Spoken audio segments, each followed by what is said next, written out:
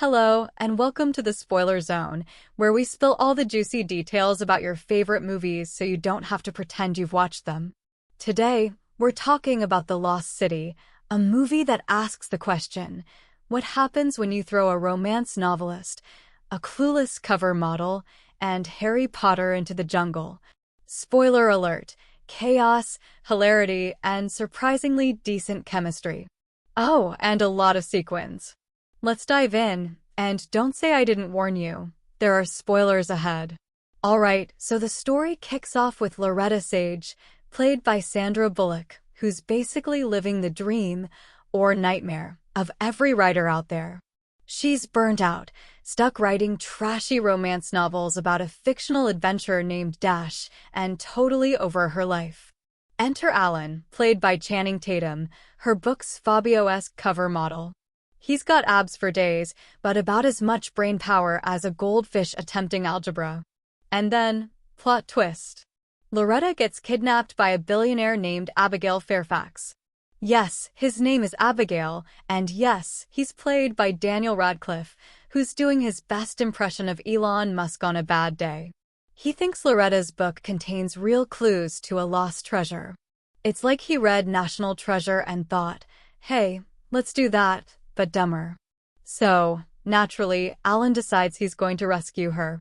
And let's be honest, if you were kidnapped and someone like Channing Tatum showed up, your first thought would probably be, I'm doomed. This man has the enthusiasm of a Labrador puppy but none of the skills. He hires Brad Pitt's character, Jack Trainer, an actual ex-Navy SEAL, to help. Jack is so cool, he makes James Bond look like a mall cop. But, of course, this is the Lost City, so Jack's glory is short-lived. He gets shot, hilariously, and Alan is left to bumble his way through the jungle with Loretta. The heart of this movie is the comedy. Picture this, Sandra Bullock in a sparkly pink jumpsuit trying to outrun bad guys in the jungle. Channing Tatum getting a leech stuck to his butt and then proceeding to have a full-on existential crisis about it. And the dialogue? Oh, it's gold. At one point, Alan tries to motivate Loretta by saying, "Don't stop, you're doing great," while she's dangling off a cliff. Like, buddy, she's not running a 5K, she's literally about to die. And let's not forget the billionaire villain. Daniel Radcliffe is living his best life as Abigail Fairfax. He's the kind of guy who probably has a private jet just to go grocery shopping.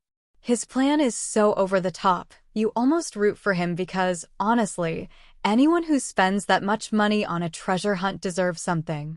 Speaking of treasure, the big reveal at the end is a chamber full of love letters. Yep, centuries-old fan mail. Fairfax spent millions, orchestrated a kidnapping, and almost died for a pile of ancient DM slides. Imagine raiding a fridge at 2 a.m. expecting cake and finding celery sticks. That's the level of disappointment we're working with here. Now, let's talk about Sandra Bullock and Channing Tatum. Their chemistry is like a fine wine, unexpected but surprisingly good. Sandra's sarcasm paired with Channing's lovable himbo energy is just chef's kiss.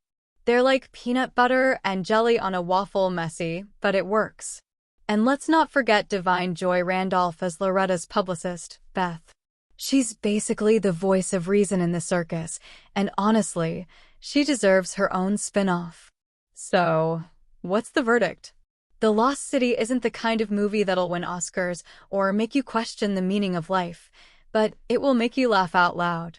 It's silly, self-aware, and packed with enough ridiculous moments to keep you entertained from start to finish. If you've ever wondered what would happen if Romancing the Stone got a TikTok makeover, this is it. That's all for today on the Spoiler Zone. If you loved The Lost City, or you've got your own treasure hunting fails to share, hit me up in the comments. Don't forget to like, follow, and share this review with someone who needs a laugh. And remember, the real treasure isn't gold, it's the friends you made along the way. Just kidding, it's the love letters of dead people. See you next time.